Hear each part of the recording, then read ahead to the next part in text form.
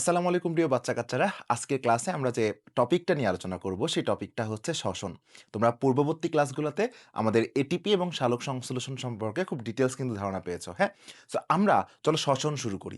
দেখো শ্বসনের শুরুতে একটা কথা এখানে সুন্দর করে বলা আছে যে জীবের যে জীবন ধারণ, জীবন ধারণ বলতে কি বোঝায়? জীবন ধারণ বলতে ধরো আমাদের জীবের ক্ষয়-পূরণ, জীবের দেহের চলন সবকিছু, হ্যাঁ? যা আছে দেখো এই যে চলন, ক্ষয়-পূরণ, বৃদ্ধি, জনন এই সবকিছু করার জন্য এই কাজগুলো সুষ্ঠুভাবে করার জন্য আসলে কিসের প্রয়োজন?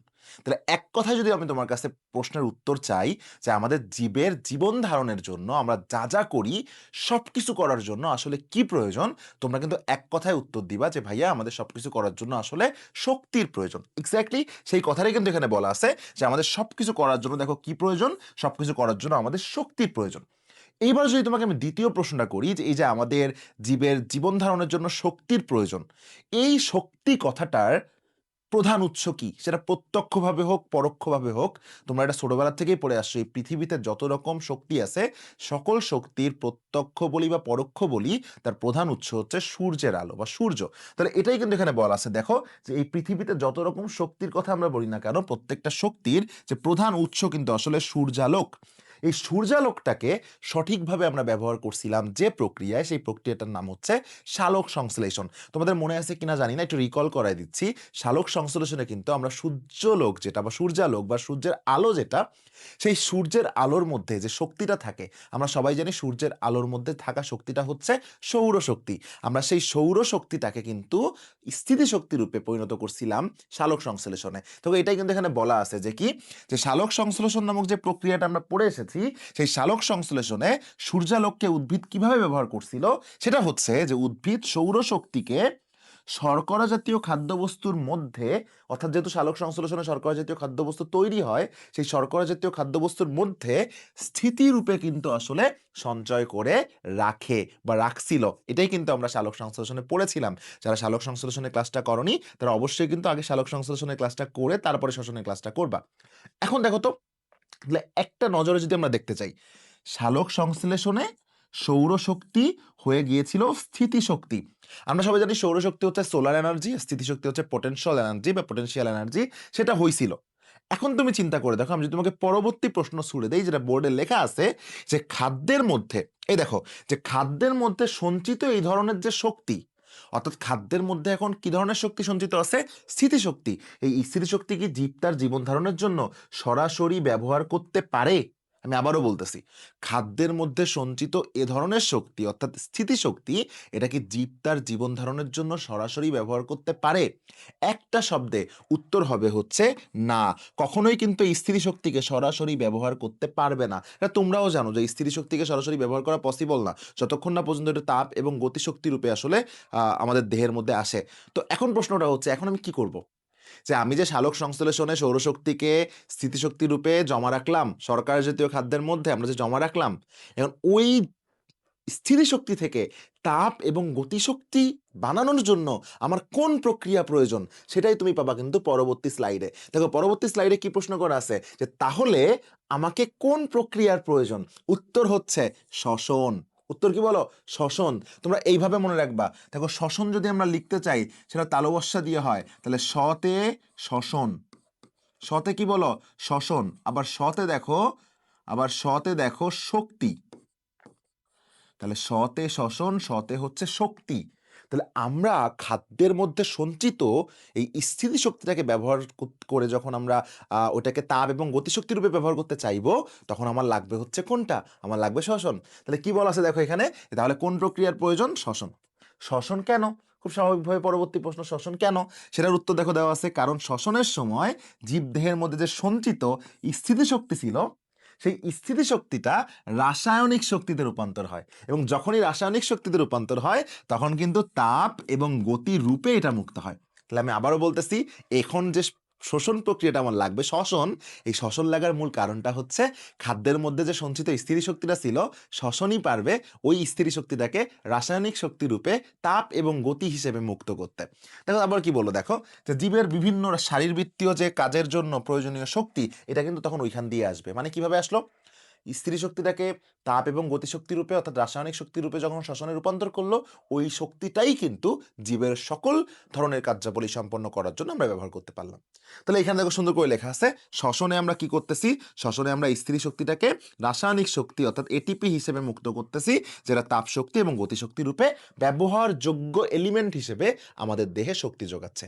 আমি যদি এক নজরে তোমাদেরকে দেখাই, ধরো আমি প্রথমে লিখলাম স্থিতিশক্তি। দেখো আমি প্রথমে লিখলাম স্থিতিশক্তি। স্থিতিশক্তি এটা আসছে কোত্থেকে সেটা আমি আরো আগে লিখলাম সৌরশক্তি। কি শক্তি বলো? সৌর শক্তি। এবং স্থিতিশক্তি থেকে হয়ে যাচ্ছে ধরো রাসায়নিক শক্তি। কি শক্তি বলো? রাসায়নিক শক্তি, যেটাকে আমরা বলছি এটিপি, যেটা থেকে আমরা পরবর্তীতে পাচ্ছি আসলে তাপ প্লাস গতি শক্তি।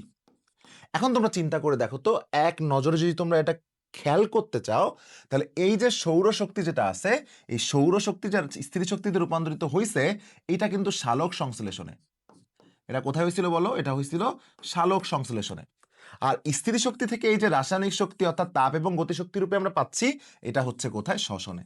তাহলে শ্বসনের যে বেসিক, বা আমি যদি বলি শ্বসনের ভূমিকা, শ্বসন কেন প্রয়োজন, শ্বসন কেন আমাদের জীবদেহে দরকার, সেই প্রশ্নটার উত্তর যদি তুমি খুঁজতে চাও, তাহলে আশা করছি তুমি এই ক্লাসের মাধ্যমে সেটা বুঝতে পেরেছো। ধরো তোমার পরীক্ষায় প্রশ্ন আসলো যে শ্বসন এক ধরনের দহন বিক্রিয়া, ব্যাখ্যা করো। তখন তুমি উত্তরটা আসলে কি দিবা? সো আমরা উত্তরে যাওয়ার আগে তোমাদেরকে একটু মুখে মুখে গল্প করে দেই যে দহন বিক্রিয়া আসলে কখন আমরা বোঝাবো। বায়োলজির কনসেপ্ট সাধারণভাবে যদি আমি তোমাদেরকে বলতে চাই, যখন কোনো বস্তুকে আমরা বায়ুর অক্সিজেন দ্বারা জারিত করব, অর্থাৎ অক্সিজেনের সাথে কোনো কিছুর যে বিক্রিয়া, এই বিক্রিয়াকে আমরা কিন্তু দহন বলতে পারি। তাহলে যখনই কোনো একটা কিছুকে আমরা অক্সিজেনের দ্বারা জারিত করব, তখন সেই বিক্রিয়াটাকে আমরা বলবো দহন বিক্রিয়া। তাহলে সুন্দর করে বলা আছে যে শ্বসন এক প্রকার দহন বিক্রিয়া, ব্যাখ্যা করো। তো আমি বলতেছিলাম যে দহন কি জিনিস? দহন হলো যে অক্সিজেনের সাথে কোনো বস্তুর বিক্রিয়া। কার সাথে কোনো বস্তুর বিক্রিয়া? অক্সিজেনের সাথে কোনো বস্তুর বিক্রিয়া। খেয়াল করে দেখো তো, আমাদের দেহের অভ্যন্তরেও কিন্তু এমন দহন বিক্রিয়া প্রতিনিয়তই কিন্তু সম্পন্ন হয়। কিভাবে সম্পন্ন হয়? ধরো আমরা যখন খাবারটা খাই, সেই খাবারটা কিন্তু আমাদের পাকস্থলীতে যেয়ে হজম হয়, এবং ওই পাকস্থলীতে যে খাদ্যটা যায়, সেই খাদ্যটা অক্সিজেন দ্বারা জারিত হয়। তাহলে খেয়াল করো, আমরা যখন কোনো একটা খাবার খাচ্ছি, সেই খাবারটা পাকস্থলীতে হজম হওয়া মানে হচ্ছে পরিপাক হওয়া, ভেঙে যাওয়া। এবং ওই খাদ্যটা যখন পাকস্থলীতে যাচ্ছে, তখন কিন্তু ওই খাদ্যটা আসলে কি হচ্ছে দেখো, ওই খাদ্যটা কিন্তু অক্সিজেন দ্বারা জারিত হচ্ছে। ওই খাদ্যটা কিন্তু অক্সিজেন দ্বারা জারিত হচ্ছে। আর যখনই ওই খাদ্যটা অক্সিজেন দ্বারা জারিত হচ্ছে, তখনই কিন্তু তোমরা সবাই জানো যে খাদ্যের মধ্যে যে স্থিতিশক্তিটা ছিল, সেই স্থিতিশক্তিটা আসলে রাসায়নিক শক্তি রূপে কিন্তু কনভার্ট হচ্ছে। সেই স্থির শক্তিটা কিন্তু রাসায়নিক শক্তি রূপে অর্থাৎ এটিপি রূপে কিন্তু কনভার্ট হচ্ছে, যে রাসায়নিক শক্তি থেকে পরবর্তীতে আমরা কি পাচ্ছি? তাপ এবং গতিশক্তি হিসেবে কিন্তু আমরা জিনিসটাকে পাচ্ছি। তাহলে পুরো জিনিসটা একটু খেয়াল করো, যে যখন আমরা খাবার খাই, ওই খাবারটা পাকস্থলীতে যে হজম হয়, ফলে খাদ্য কণাগুলো ভেঙে গিয়ে রাসায়নিক শক্তি রূপে অর্থাৎ এটিপিতে পরিণত হয়। কারণ কি? ওটা কি দ্বারা? ওটা অক্সিজেন দ্বারা কি হয়েছে? ওটা অক্সিজেন দ্বারা কিন্তু জারিত হয়েছে। এবং জারিত হওয়ার ফলে ওই নির্গত রাসায়নিক শক্তিতে রূপান্তরিত হওয়ার কারণে পরবর্তীতে কিন্তু আমরা পাচ্ছি তাপ এবং গতিশক্তি। এবং ওই তাপ এবং গতিশক্তিকে ব্যবহার করে কিন্তু আমরা কাজ করার যে সামর্থ্য, সেই কাজ করার সামর্থ্যটা অর্জন করতেছি। তাহলে মূল কথা আসলে এত কিছু না, মূল কথা হচ্ছে যে শ্বসন কেন একটা দহন বিক্রিয়া? দহন বিক্রিয়া মানে অক্সিজেনের সাথে কোনো বস্তুর বিক্রিয়া, অর্থাৎ অক্সিজেন দ্বারা কোনো বস্তু জারিত হওয়ার যে বিক্রিয়া। সো অবশ্যই কিন্তু আমাদের খাদ্যটা অক্সিজেন দ্বারা জারিত হচ্ছে বলেই খাদ্যের স্থিতিশক্তিটা তাপ এবং গতিশক্তি রূপে রূপান্তরিত হতে পারতেছে শ্বসনের মাধ্যমে। এজন্য আমরা শ্বসনকে কিন্তু এক ধরনের দহন বিক্রিয়াও বলতে পারি। এরপরে দেখো, আমরা যদি একবার প্রশ্ন করি তোমাদেরকে যে শ্বসন জিনিসটা আসলে কি? শ্বসন জিনিসটা আসলে কি? তোমরা অলরেডি এর উত্তর জানো, যে শ্বসন জিনিসটা হচ্ছে যে জৈব রাসায়নিক প্রক্রিয়ার মাধ্যমে আমরা যে জটিল খাদ্যদ্রব্য রয়েছে, এই জটিল খাদ্যদ্রব্যকে কি দ্বারা জারিত করতেছি? অক্সিজেন দ্বারা আমরা জারিত করতেছি। এবং অক্সিজেন দ্বারা জারিত করার কারণে এই যে জটিল খাদ্যদ্রব্যটাকে আমরা সরল খাদ্যদ্রব্যে পরিণত করতে পারতেছি। এবং যখনই আমরা শ্বসনের মাধ্যমে জটিল খাদ্যদ্রব্যকে অক্সিজেন দ্বারা জারিত করে সরল খাদ্যদ্রব্যে পরিণত করতেছি, তখন কিন্তু উপজাত হিসেবে তৈরি হচ্ছে শক্তি, এবং এই শক্তি তৈরির প্রক্রিয়াকে আমরা বলতেছি হচ্ছে শ্বসন। তাহলে এক কথায় আমি যদি তোমাদেরকে পড়ে শোনাই যে জৈব রাসায়নিক প্রক্রিয়ায় জীবদেহে জটিল খাদ্যবস্তুকে আমরা জারিত করে সরল দ্রব্যে পরিণত করতেছি এবং শক্তি উৎপন্ন করতেছি, সেই প্রক্রিয়াকে আসলে বলা হয় শ্বসন। তোমাদেরকে আমি প্রথমেই বলে দিয়েছিলাম, তোমরা সবাই মনে রাখবা যে তে হয় শ্বসন, তে কিন্তু শক্তি। তাহলে পরীক্ষায় যদি প্রশ্ন আসে নিচের কোন প্রক্রিয়ায় শক্তি তৈরি হয়, সালোক সংশ্লেষণ নাকি শ্বসন, তুমি কিন্তু নির্দ্বিধায় উত্তর দিয়ে দিতে পারবা, উত্তরটি হবে হচ্ছে শ্বসন। এখন প্রশ্ন আসতে পারে যে সালোক সংশ্লেষণ কখন হয়? সালোক সংশ্লেষণ কিন্তু নামের মধ্যে রয়েছে সালোক।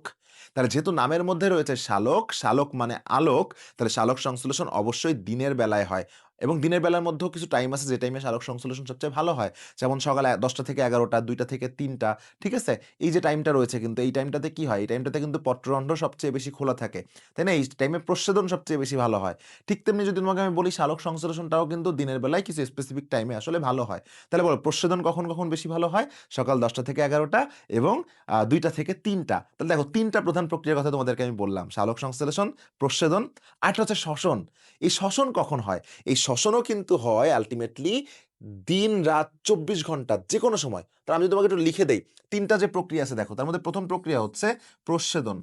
১ম টার নাম কি বলো? প্রস্বেদন। তারপরটা কি বলো? সালোক সংশ্লেষণ। সালোক সংশ্লেষণ এবং তারপরটা কি বলো? শ্বসন। এর মধ্যে তোমরা আমাকে মনে রাখবা, সবসময় মনে রাখবা যে সালোক সংশ্লেষণ যে নামটা, নামের মধ্যেই সালোক আছে, সালোক মানে আলোক আছে, তাহলে ওইটা কখন বেশি ভালো হবে? ওটা কিন্তু দিনের বেলায় বেশি ভালো হবে। প্রস্বেদনও কিন্তু পত্ররন্ধ্র খোলা ও বন্ধ হওয়ার ব্যাপার আছে। সো ওইটাও কখন বেশি ভালো হবে? দিনের বেলায় বেশি ভালো হবে। দিনের বেলায়ও কোন টাইমটা বেশি একটু বলে দিলাম, সকাল ১০টা থেকে ১১টা, ২টা থেকে ৩টা। আর শ্বসনের সাথে যেহেতু আলোর কোনো সম্পর্ক ডিরেক্টলি নাই, এজন্য এটা কিন্তু দিবারাত্রি ২৪ ঘন্টাই কিন্তু এটা হতে পারবে। তাহলে সালোক সংশ্লেষণের প্রস্বেদন হবে হচ্ছে দিনের বেলায় আর শ্বসন হবে হচ্ছে দিন-রাত ২৪ ঘন্টা যেকোনো টাইমে। তাহলে কি বললাম দেখো যে শ্বসনের সময়কাল কখন? সাধারণ তাপমাত্রায় জীবদেহের প্রতিটা কোষে দিন-রাত ২৪ ঘন্টাই শ্বসন প্রক্রিয়া চলতে পারে। শ্বসন সবচেয়ে বেশি হয় বা শ্বসন ক্রিয়ার হার সবথেকে বেশি কোন জায়গাগুলোতে একটু মনে রাখার চেষ্টা করবা। আমাদের উদ্ভিদের যে বর্ধিষ্ণু অঞ্চলগুলো রয়েছে, বর্ধিষ্ণু অঞ্চল মানে হচ্ছে উদ্ভিদ যে জায়গাগুলোতে বেশি বৃদ্ধি পায়, ওই বৃদ্ধি পাওয়াকে বলা হয় বর্ধিষ্ণু। ওই বর্ধিষ্ণু অঞ্চল কি আছে? ফুল ও পাতার কুঁড়ি, অঙ্কুরিত বীজ, মূল ও কাণ্ডের যে অগ্রভাগ, খুব নরমাল। ধরো মূল ও কাণ্ডের অগ্রভাগ থেকেই কিন্তু নরমালি বাড়ে, তাই না? যেটা বাড়বে ওটা হচ্ছে বর্ধিষ্ণু অঞ্চল। তাহলে ফুল ও পাতার কুঁড়ি, অঙ্কুরিত বীজ, তারপরে হচ্ছে মূল ও কাণ্ডের অগ্রভাগ, এই জায়গাগুলো যেহেতু বর্ধিষ্ণু অঞ্চল, সো এই জায়গাগুলোতে শ্বসন ক্রিয়ার হার কিন্তু সবচেয়ে বেশি। এখন লাস্ট একটা কোশ্চেন তুমি এখান থেকে করতে পারো, ভাই শ্বসন কোন জায়গায় হয়? শ্বসন ২টা জায়গায় হয়। একটা হচ্ছে আমাদের শ্বসন মানে কি? শ্বসন মানে শক্তি না? যেহেতু শ্বসন মানে শক্তি, খেয়াল করে দেখো, যেহেতু শ্বসন মানে শক্তি, শ্বসন মানে শক্তি, সো তোমরা কিন্তু আল্টিমেটলি এতটুকু বুঝতে পারতেছো যে এটা যে ২টা অঙ্গে হয় তার মধ্যে একটা অঙ্গ খুব কমন। কারণ শক্তি মানে কি? পাওয়ার। পাওয়ার হাউস কোনটা আমাদের দেহের? আমাদের দেহের পাওয়ার হাউস মাইটোকন্ড্রিয়া না? তাহলে শ্বসন অবশ্যই মাইটোকন্ড্রিয়ায় হবে, সাথে কোথায় হবে? সাইটোপ্লাজমে হবে। তাহলে শ্বসন ক্রিয়া কোথায় হয় দেখো? সজীব কোষের সাইটোপ্লাজম এবং মাইটোকন্ড্রিয়াতে হয়। মাইটোকন্ড্রিয়াতে শ্বসনের বেশিরভাগ ধাপগুলো সম্পন্ন হয়। তার মূল কারণটা হচ্ছে শ্বসন মানেই শক্তি, শক্তি মানে হচ্ছে অবশ্যই পাওয়ার হাউস, যেখানে শক্তির আদান-প্রদান, শক্তির ট্রান্সমিশন, শক্তি উৎপন্ন হওয়া সবকিছু সেখানেই কিন্তু আল্টিমেটলি ঘটবে। তাহলে এই যেটুকু আমি তোমাদেরকে পড়ালাম, এটুকুর মধ্যে তোমরা এতটুকু মনে রাখার চেষ্টা করবা যে শ্বসন দিন-রাত ২৪ ঘন্টাই হয়, প্রস্বেদন দিনের বেলায় হয়, সালোক সংশ্লেষণও দিনের বেলায় হয়। প্রস্বেদন দিনের বেলায় হলেও কিন্তু পাথরকুচি নামে একটা উদ্ভিদ রয়েছে, যেখানে প্রস্বেদন কিন্তু আল্টিমেটলি রাতের বেলায় হয়। উল্টাটা ব্যতিক্রম ঘটনা ঘটে। ঠিক আছে? আচ্ছা, এখন খেয়াল করো, এখানে কথা বলা হলো যে শ্বসনিক বস্তু কারা? শ্বসনিক বস্তু কারা? শ্বসনিক বস্তু মনে রাখবো কিভাবে? শ্বসনিক বস্তু মনে রাখা খুবই ইজি। তোমরা সবাই মনে রাখবা আমাদের প্রধান ৩টা খাদ্য মনে রাখার টেকনিক কি শিখাইছি তোমাদেরকে? সিপিএল। আমাদের প্রধান ৩টা খাদ্য মনে রাখার টেকনিক শিখাইছিলাম সিপিএল। সিতে কার্বোহাইড্রেট, পিতে প্রোটিন এবং এলতে লিপিড। তো শ্বসনিক বস্তু যে ৪টা রয়েছে তার মধ্যে প্রথম যেটা তোমরা পারবা কার্বোহাইড্রেট বা শর্করা, প্রোটিন বা আমিষ, লিপিড বা স্নেহ। তাহলে দেখো মনে রাখার টেকনিক কি?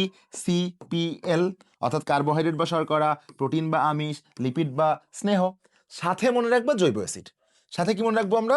সাথে আমরা মনে রাখবো হচ্ছে জৈব অ্যাসিড। তাহলে শ্বসনিক বস্তু, যে শ্বসনিক বস্তু ৪টি রয়েছে, সেই ৪টির মধ্যে ৩টা মনে রাখা সহজ। সিপিএল, সিতে কার্বোহাইড্রেট বা শর্করা, পিতে প্রোটিন বা আমিষ, এলতে লিপিড বা স্নেহ, এই বাদে জৈব অ্যাসিড। এই ৪টা হচ্ছে নরমালি শ্বসনিক বস্তু। তাহলে পরীক্ষায় কিন্তু প্রশ্ন আসবে যে নিচের কোনটি শ্বসনিক বস্তু নয়? তখন কিন্তু এই যে ৪টা, অর্থাৎ কার্বোহাইড্রেট, প্রোটিন, লিপিড এবং জৈব অ্যাসিড বাদে যেটা অপশনে থাকবে সেটাকে কিন্তু তোমাদেরকে অ্যান্সার হিসেবে দাগাতে হবে।